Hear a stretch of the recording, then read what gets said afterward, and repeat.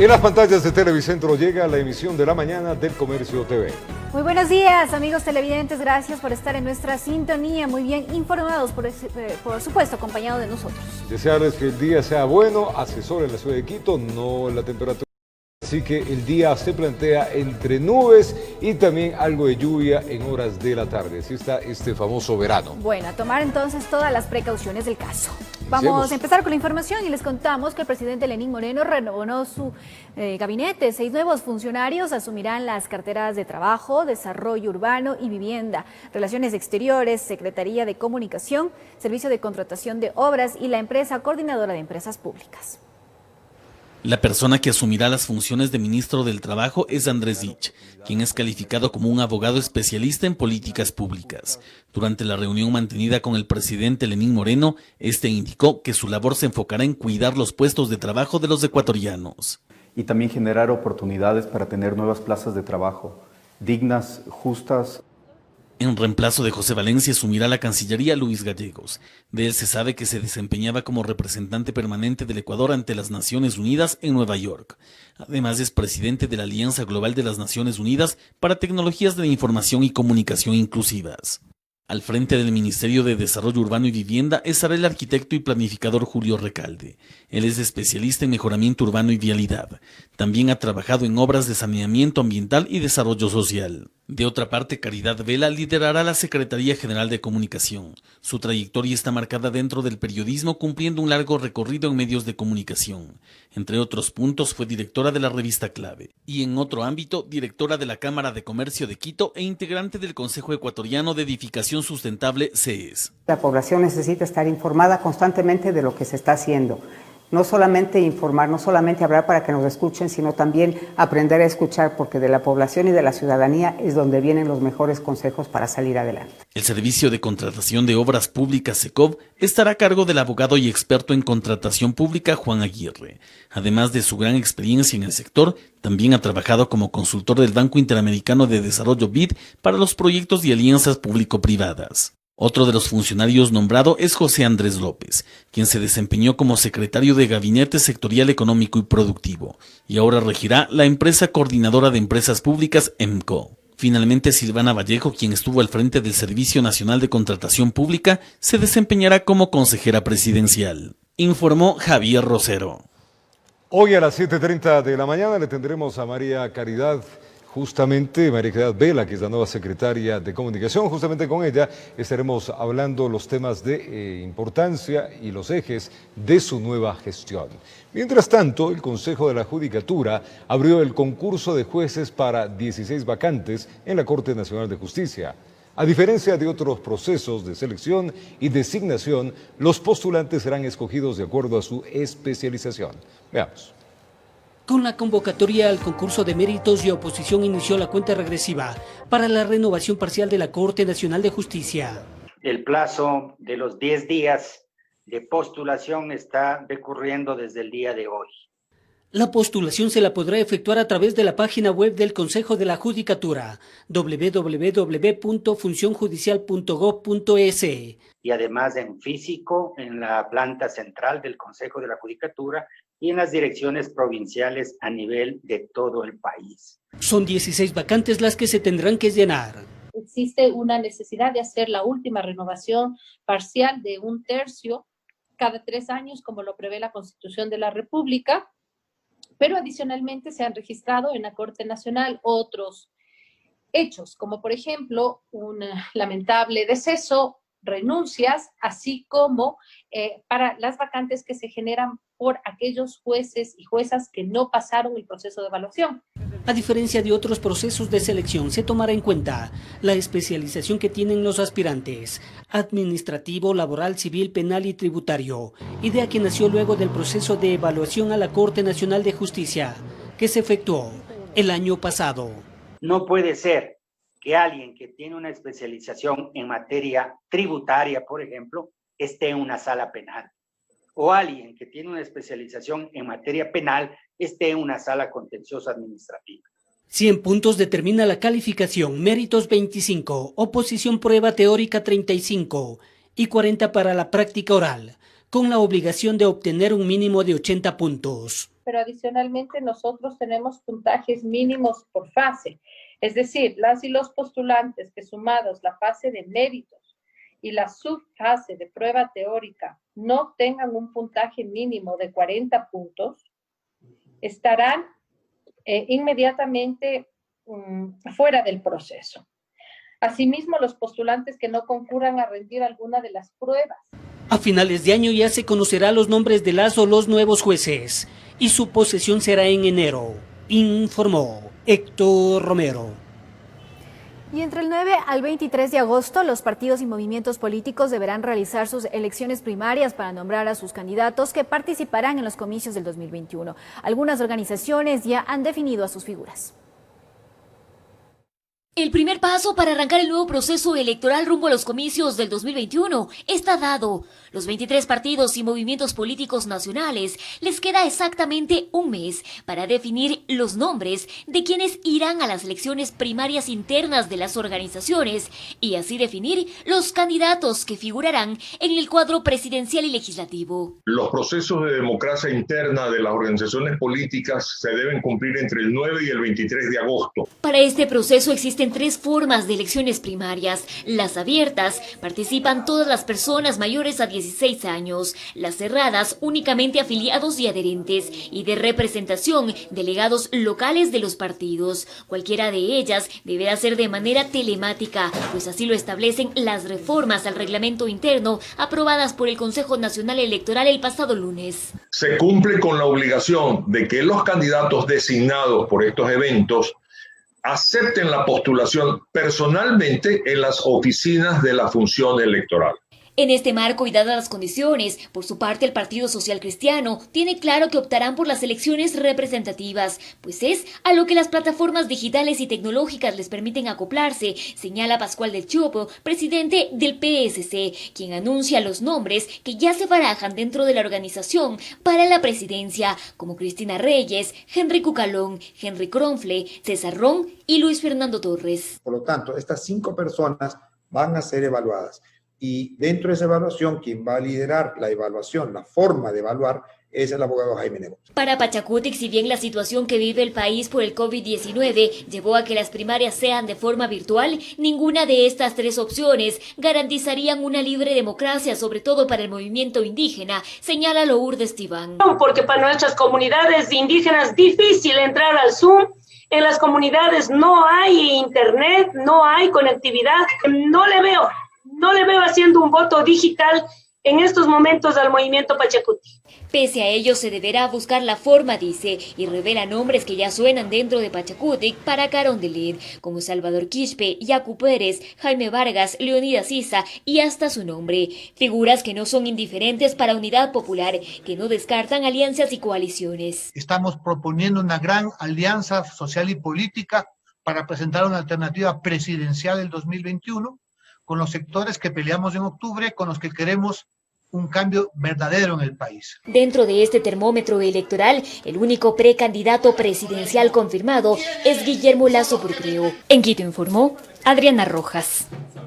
Relatores de la ONU sugirieron al Estado ecuatoriano no despenalizar el aborto en casos de violación. Dichas recomendaciones podrían aplicarse directamente, mientras que grupos feministas y Provida respaldan sus posturas. Miremos.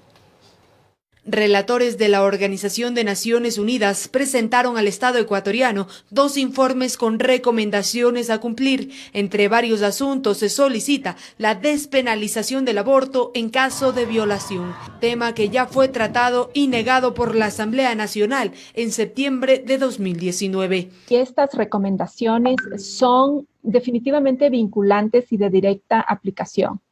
A decir de la abogada experta en derechos humanos Verónica Espinel, la Constitución cuenta con algunas categorías que hacen que estas recomendaciones sean implementadas. La Corte Constitucional es el órgano competente para conocer estas acciones y si el Estado ecuatoriano no cumple con estas recomendaciones o con otros informes de Naciones Unidas, puede caber definitivamente una acción por incumplimiento y luego la obligatoriedad de que se cumpla. Ecuador es el segundo país de la región con mayor índice de embarazo adolescente. 40 niñas de entre 10 a 14 años aproximadamente son madres cada semana. Muchas de ellas han sido víctimas de violaciones en sus círculos más cercanos. Organizaciones feministas aplauden el informe presentado por los representantes de la ONU. Las mujeres no nos embarazamos para abortar. Los embarazos no deseados, no planificados suceden porque vivimos en una sociedad absolutamente machista, patriarcal, ¿no? Y no se puede seguir utilizando a las mujeres como instrumentos de reproducción sin dignidad humana. Nosotras somos personas con dignidad humana y tenemos derecho a tomar decisiones sobre nuestras vidas. Los grupos pro vidas, por su parte, no coinciden con esta parte del informe. Es una falta de respeto a la decisión del legislativo del Ecuador, donde se dijo claramente que en el Ecuador se respeta la vida desde la concepción. Los informes fueron elaborados tras visitas de los expertos en salud y violencia contra la mujer durante los meses de septiembre, noviembre y diciembre de 2019. Aún se desconoce cuál será la respuesta del Estado ante dichas recomendaciones internacionales. Informó Valeria Navarro. Y es momento de hacer una pausa comercial. Al retornar les contamos que el Hospital de la Policía trabaja al 100% para atender a pacientes con COVID-19. Está al tope. Y también vamos a contarles que indígenas de apartadas comunidades amazónicas denunciaron haber sido estafados cuando personas no identificadas habrían cobrado sus bonos de desarrollo humano. Estas y otras noticias les estaremos contando al retornar, 7:11 en la mañana.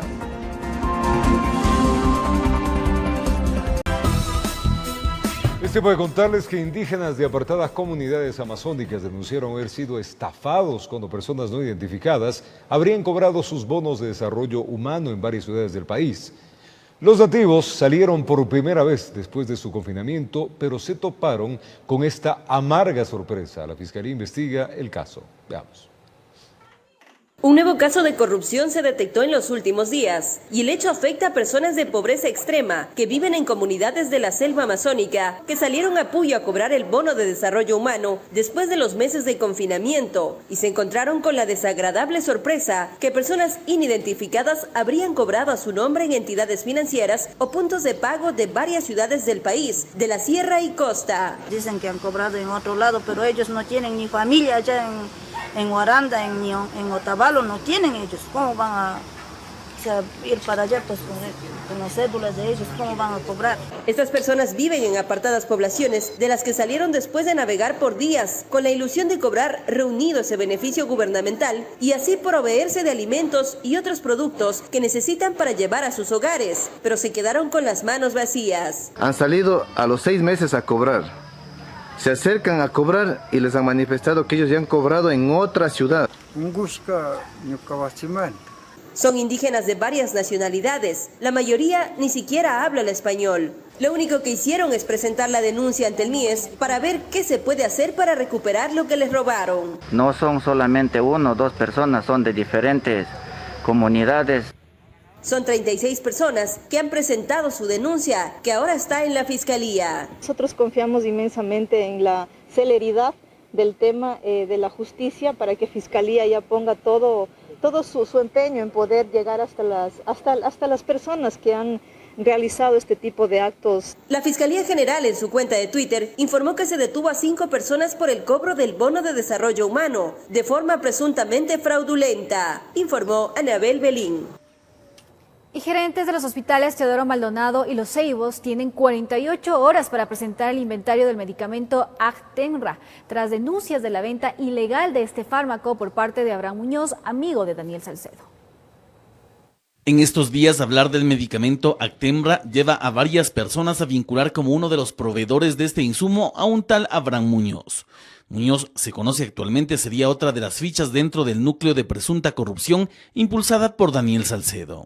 ¿Cómo sucedió? Pues bien, resulta que personas de la ciudad de Guayaquil que tenían a pacientes graves producto del COVID-19, al no encontrar las ampollas en las farmacias de los hospitales públicos, buscaron la forma de adquirirla. Ahí es donde logran contactar a Abraham Muñoz. Este sujeto que fue entrenador de Daniel Salcedo y que tiene más de una fotografía junto a él en redes sociales, confirman quienes lo ubican, comercializaba la medicina. Hasta ahí nada de malo. Sin embargo, la fechoría se consuma cuando se asegura que los fármacos marcaban su proveniencia del IES y mantenía en su caja la leyenda prohibida su venta. El Actemra, conocido también como tocilizumab, tiene un costo en el mercado de $200.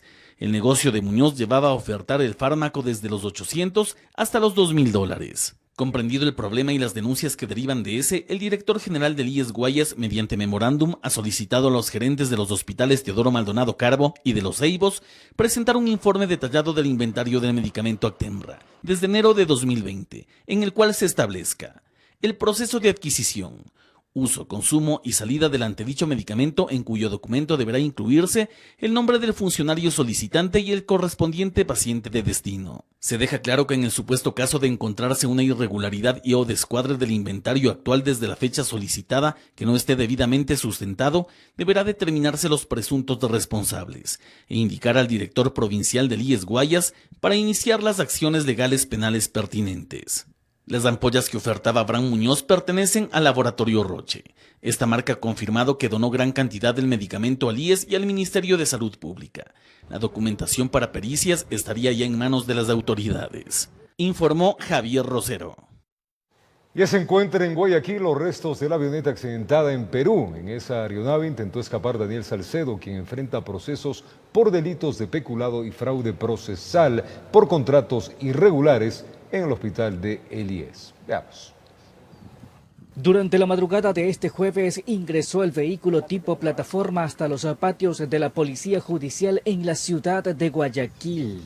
Sobre su estructura trasladaron los restos de la avioneta tipo Piper A32 de matrícula HCBLO, la misma en la cual Daniel Salcedo pretendió ingresar al Perú, en compañía de su novia Jocelyn Mieles y 3 personas más. Luego de los protocolos internacionales, la asistencia penal, en conjunto con la Fiscalía, el FEDOTI 4, se realizó los trámites pertinentes el día de ayer y el arribo de esta aeronave siniestrada fue a las 4:10 de la madrugada. El suceso se registró el pasado 8 de junio. Daniel Salcedo, hasta ese momento investigado por el delito de peculado en la firma de contratos que realizaron empresas privadas con varios hospitales del sector público para la adquisición de insumos médicos cuyas facturas registran un marcado sobreprecio. Viajó sobre la avioneta desde la ciudad de Guayaquil, hicieron escala en la isla Puná y continuaron hasta Perú, donde se produjo el percance que cobró la vida de un piloto. El trabajo conjunto con Fiscalía se logró que ya nos entreguen la asistencia penal y por eso el día de ayer, en horas de la madrugada, prácticamente viajaron a Tumbes, Perú, y se lo hizo de manera inmediata todo el trámite para que en horas de la noche ya pasara a nuestra frontera en Ecuador y poderlo trasladar directamente. Desde ese momento, Daniel continúa en una casa de salud.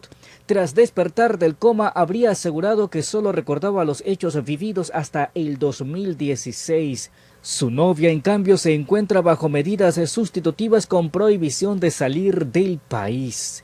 Los restos de la aeronave que ya se encuentran en Guayaquil serán parte importante para las investigaciones en el proceso judicial que la Fiscalía sigue por el delito de fraude procesal.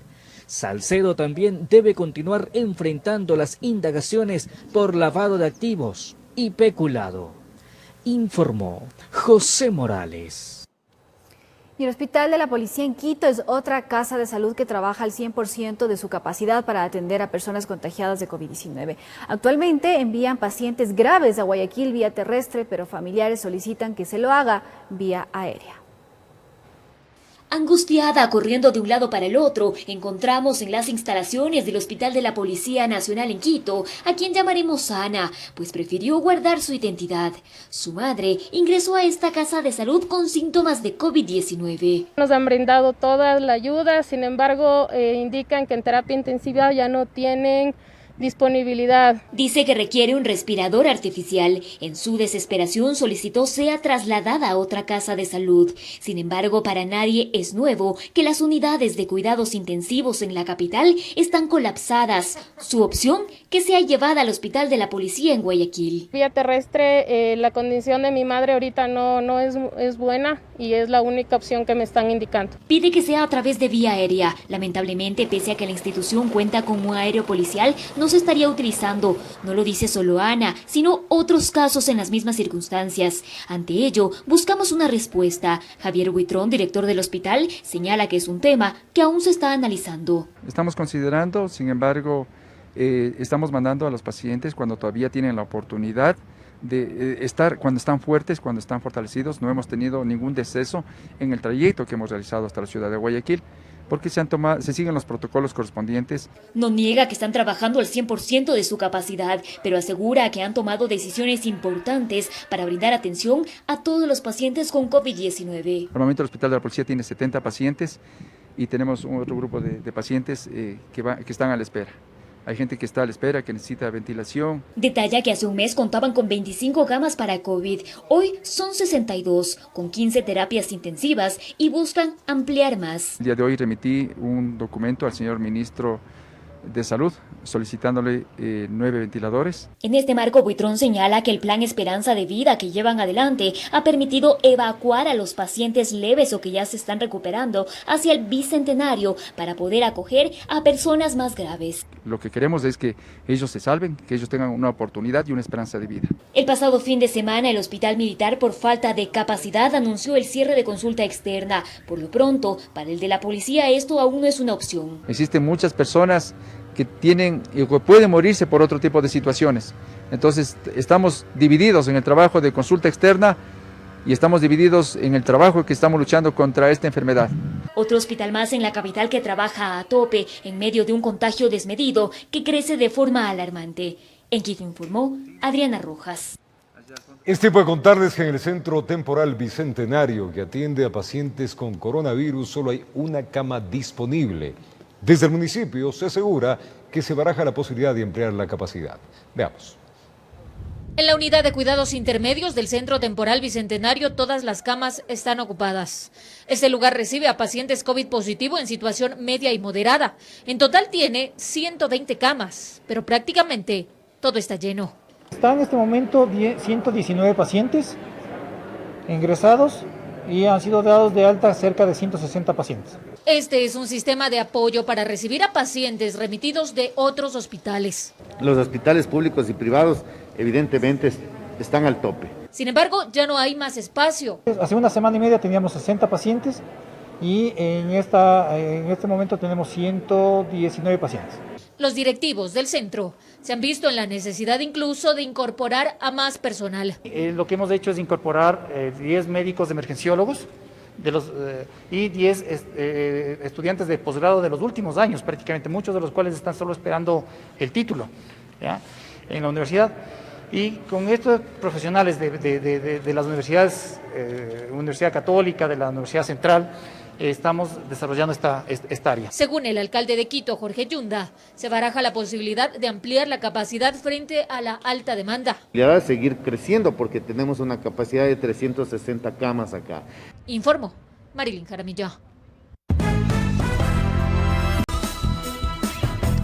7:32 en la mañana, vamos a recibir en la emisión de hoy viernes 10 de julio de Matutina del Comercio TV a la nueva secretaria general de Comunicación de la Presidencia de la República, a María Caridad Vela. Señora Vela, primero mandarle un abrazo grande desde el estudio matriz de Televicentro en Quito. Le saluda Roberto Álvarez Vandenberg. Suerte en el cargo, felicitaciones, reto nuevo y complicado. Buenos días. Buenos días, Roberto. Muchísimas gracias por sus buenos deseos. Aquí estamos para servir al país desde donde se puede. Bueno, entremos a materia. Desde afuera, ¿cómo se ha visto la comunicación del gobierno? Verlo desde afuera siempre es bastante fácil, ¿no? Y a eso estamos acostumbrados muchísimos desde hace mucho tiempo. Actuar desde el verbo y la pluma ha sido sumamente fácil. Sentarse a criticar y a opinar es lo que nos viene por naturaleza al ser humano. Pues ahora me tocará ver el otro lado de la moneda, ponerme en los zapatos de la gente que ha intentado manejar la comunicación del gobierno y ver desde qué manera se puede mejorar en algún sentido, ¿no? La comunicación es lo más importante porque sin ello no se logra transmitir los aciertos y también los errores que se han cometido que siempre pueden ser solucionables. Señora Vela, ¿en qué cree usted que ha fallado la comunicación? Bien lo dice, mirar los toros desde afuera es fácil criticar, pero bueno, también uno puede mirar en cuáles han sido las fallas para justamente enmendarlas y proponer. Mire, yo creo que hay un factor que nos está afectando muchísimo a toda la sociedad, Roberto, y en esto le voy a ser sumamente honesta. Las redes sociales y los medios de comunicación cumplen una labor fundamental en mantener informado al país. Pero el momento en el que a través de las redes sociales la verdad se tergiversa y nos dejamos llevar por opiniones y comentarios de los famosos trolls o de la gente que por diversión, con ganas de hacer daño, está utilizando esos medios de comunicación para llegar a un gran número de personas, pues se tergiversa todo. Realmente yo pienso que no hay un efecto de mala comunicación del gobierno. Pienso que hay un efecto de mala reacción de toda esta gente que interviene con opiniones y con comentarios sumamente negativos, incluso insultantes y muchísimas veces falsos también, ¿no? Entonces, de alguna manera, yo pienso que la importancia de manejar la comunicación va a radicar específicamente en guiar a esa población a dejarse llevar por opiniones y comentarios de gente que realmente está opinando desde su corazón y desde su conciencia, no dejándose llevar por un odio, porque eso nos está haciendo muchísimo daño. Pero es muy complicado, señora secretaria, y le voy a decir por qué. Las redes sociales, primero cualquier persona opina, y usted bien lo dice, para bien o para mal, pero para ello hay que tener una línea de comunicación. Usted es experta en comunicación, su expertise es sumamente grande. En esto el gobierno no ha tenido buena calificación, no hay una línea coherente de comunicación. Cada institución maneja su forma. Es un duro reto para usted intentar pues virar eso, sobre todo la opinión de la gente. ¿Cómo lo piensa hacer? Es un durísimo reto y de hecho en ese sentido tiene que empezar la gestión que yo haga, más que un tema de comunicar directamente, una gestión de coordinación de comunicación, porque fíjese que desde todas las carteras de Estado se han hecho muy buenos trabajos, también hay mucho pendiente por hacer, pero lo que no se ha hecho es una gestión acertada en la comunicación, no se ha llegado a comunicar todo lo que se ha hecho o se ha comunicado de una manera tan dispersa que la noticia no tiene contundencia. Yo pienso que el principal reto que tengo, más allá de ver qué es lo que puedo comunicar, es coordinar cómo se está haciendo la comunicación. Me opino exactamente igual que usted, no se ha concatenado un estilo o un mecanismo de comunicar para que las cosas vayan organizadamente. Y fíjese que si lo que queremos es que la gente ponga atención a los periodistas y a los medios de comunicación que sí manejan la verdad, como es el caso de su medio de comunicación, Roberto, lo primero que tenemos que hacer nosotros es conducir y entregar la información de manera correcta a esos líderes de opinión, independientemente de si es que van a estar de acuerdo o no con la gestión del gobierno, pero por lo menos conducir la noticia desde la fuente que la origina. Y yo creo que con eso daríamos un importante primer paso. Secretaria Vela, le voy a hacer una pregunta complicada pero válida. ¿Se va a hacer propaganda y publicidad? Es una línea bien delgada, ¿no? Es una línea bien delgada y de hecho no soy yo la que va a hacer propaganda, publicidad o comunicación. Es usted el receptor el que va a poder juzgar eso desde su lado. Yo voy a cumplir con comunicar y las cosas buenas se comunican con entusiasmo y entonces esa línea bien delgada puede confundirse con publicidad. Pero mire, yo creo que la gente que realmente quiere enterarse de lo que verdaderamente está sucediendo en este país no va a sentir que es propaganda, va a sentir que es difusión de acciones, difusión de gestión y sobre todo lo más importante en ese sentido, Roberto, es a veces no hablar tanto y escuchar más, ¿no? Porque la gente es lo que le dice a uno, le da su opinión, le dice, me estás vendiendo algo, le dice, estoy entendiendo tu mensaje, y ahí es donde uno tiene que ir corrigiendo las líneas para siempre estar en el lado adecuado, en el lado correcto de esa línea de comunicación.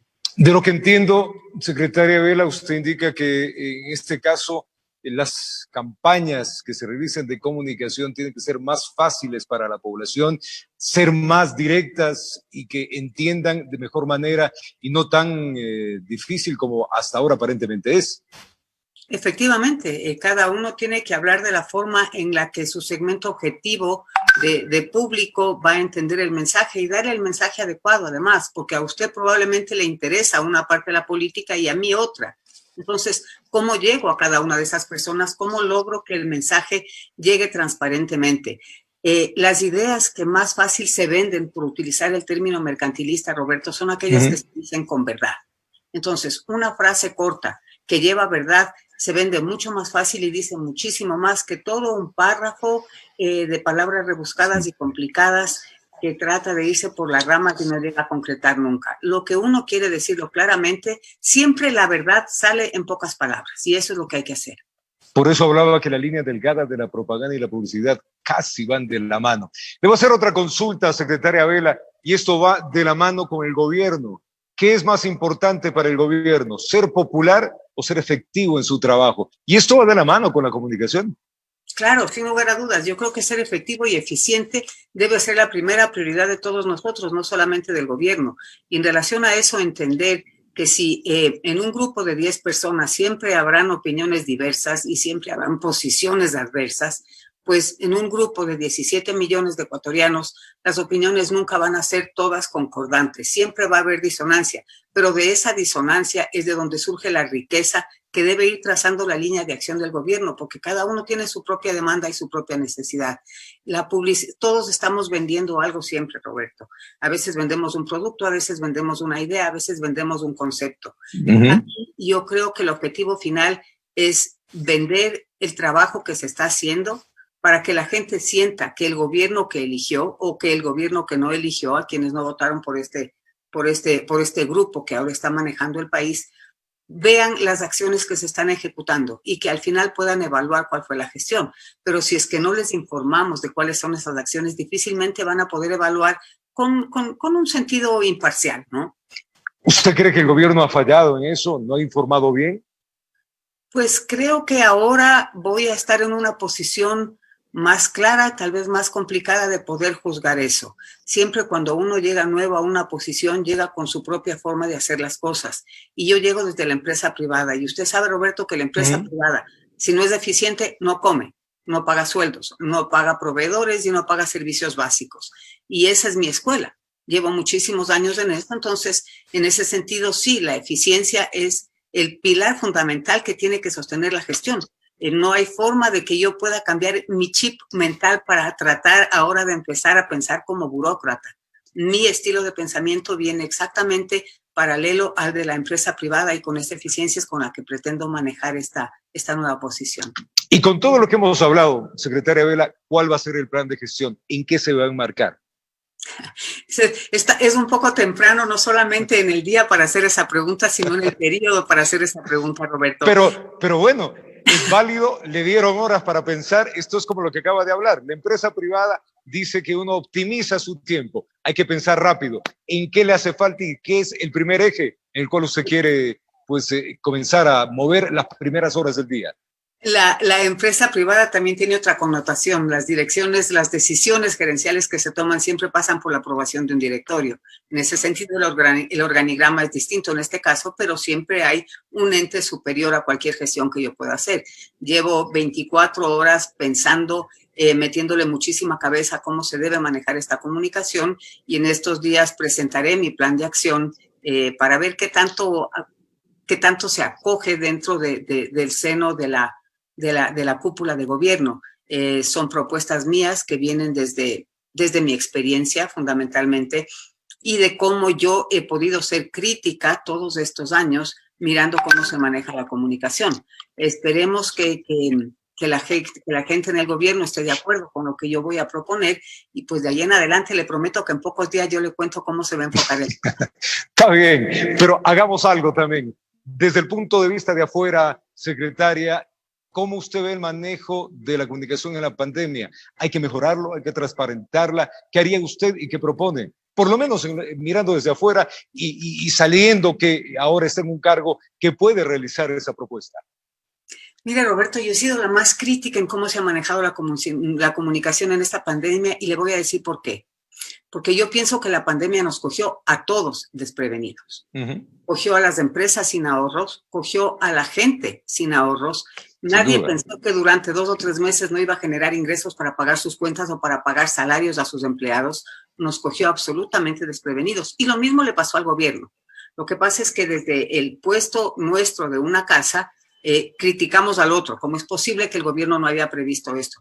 Y lo que ha sucedido en esta pandemia, más allá de todos los factores que se van desprendiendo del núcleo de la pandemia, es que el sistema de salud, que en Ecuador nunca ha sido el mejor, hay que ser honestos con eso, obviamente colapsó porque no estuvimos preparados, porque nadie en el mundo, Roberto, estuvo preparado. Y esto no lo digo como excusa al gobierno, esto llevo diciéndolo desde hace 3 meses que empezó la cuarentena y que empezó la pandemia. Fíjese que a todos nos tocó reaccionar de una forma tan rápida. Yo en lo personal no pude seguir imprimiendo mi revista y mi feria de vivienda que tenía que darse en abril. Entonces, de un día para otro dije, ¿y ahora qué hago? Y tuve que inventar un producto nuevo porque tengo cuentas que pagar, porque tampoco tenía ahorros, también me cogió desprevenida. En ese sentido, yo pienso que el gobierno ha actuado sumamente bien con los recursos que ha tenido y llevo 3 meses diciéndolo, no es de hoy. Y lo que sí creo es que la gente estaba esperando que se dé un milagro que en ningún país del mundo se dio. Todos los países se han visto colapsados por efectos de esta pandemia. Sin embargo de eso, pienso que la comunicación no se ha manejado correctamente porque en lugar de explicar tranquilamente cuál es la situación, sí señores, estamos colapsados, que no les vaya a dar ni siquiera una fiebre porque no hay en dónde atenderles. Esa comunicación se ha manejado más desde el plano defensivo, porque los ataques de la sociedad y de los medios de comunicación han sido tan fuertes y tan severos que al gobierno no le ha quedado otra cosa que defenderse. Sin embargo, yo creo que si todos hacemos un examen de conciencia y un mea culpa y vemos qué tan poco preparados estuvimos, por favor, Roberto, en una semana desabastecimos las farmacias de alcohol antiséptico porque nadie ni siquiera estuvo preparado con un aparatito de esos en su casa para tener las manos desinfectadas constantemente. Eso no es algo que se hace solamente en pandemia. Esa es una precaución que debemos tomar siempre. Entonces, sí, el milagro no se dio. El mundo no estuvo preparado para recibir esta pandemia y Ecuador no fue la excepción.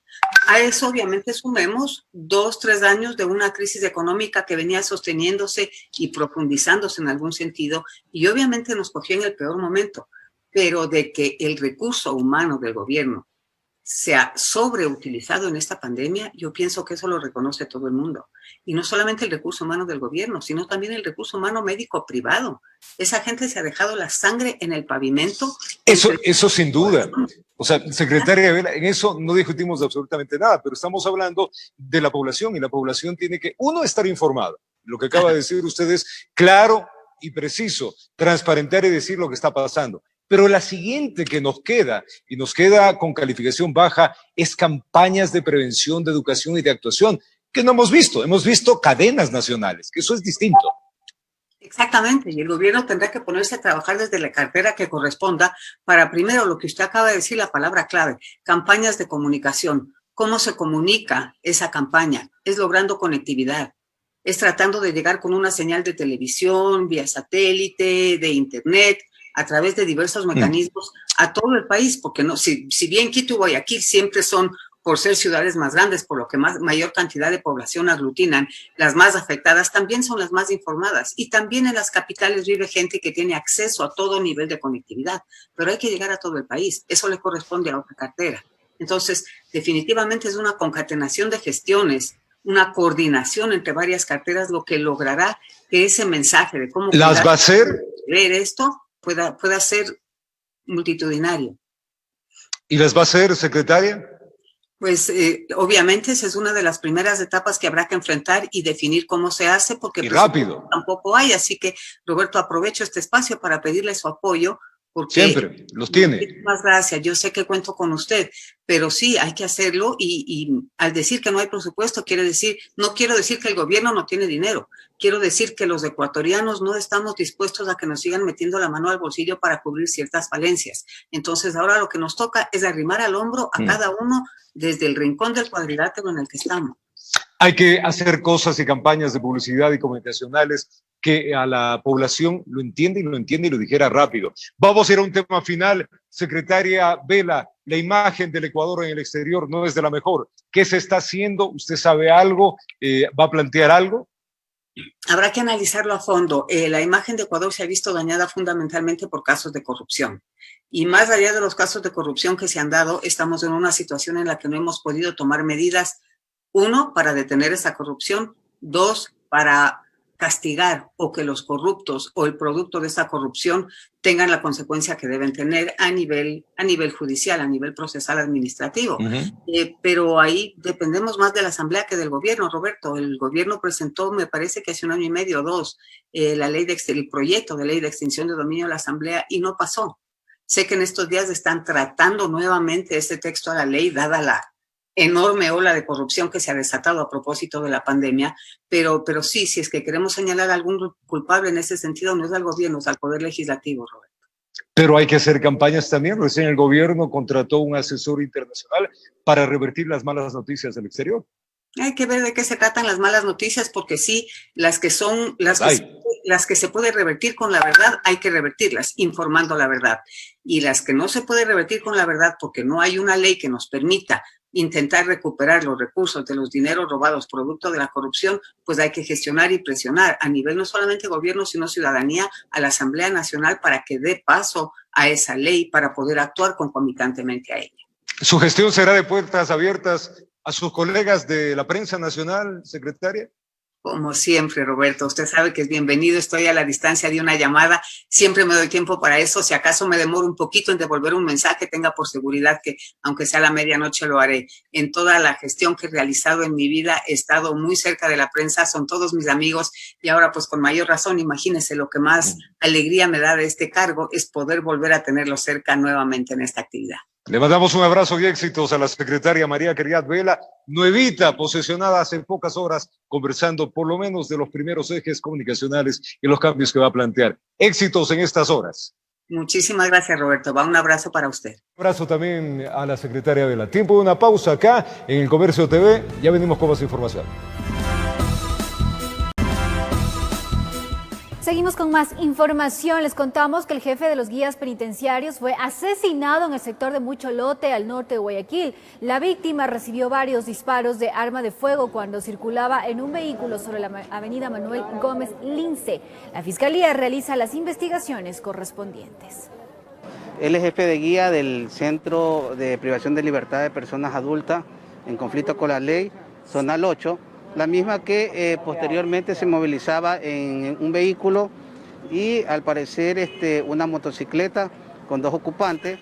Uno de ellos ha procedido pues, a realizar varios disparos impactándole en el pómulo derecho y en el parietal derecho de la cabeza, lo que le ocasionó el fallecimiento. El cuerpo de un hombre de aproximadamente 50 años fue abandonado en la autopista terminal terrestre Pascuales.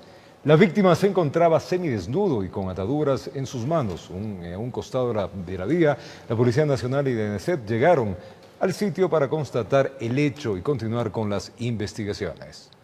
Hemos encontrado un cuerpo en la vía pública, posiblemente fue abandonado por un vehículo. El cuerpo, a la inspección ocular, no presenta rastros de violencia visibles, sin embargo, daría a entender de la posibilidad de tratarse de un cuerpo con ataduras, un cuerpo que tiene más de 12 horas de haber fenecido.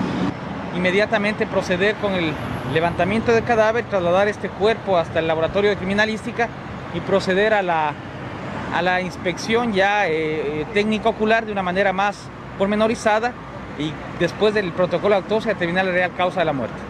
Sí, es una persona que se encuentra semidesnudo.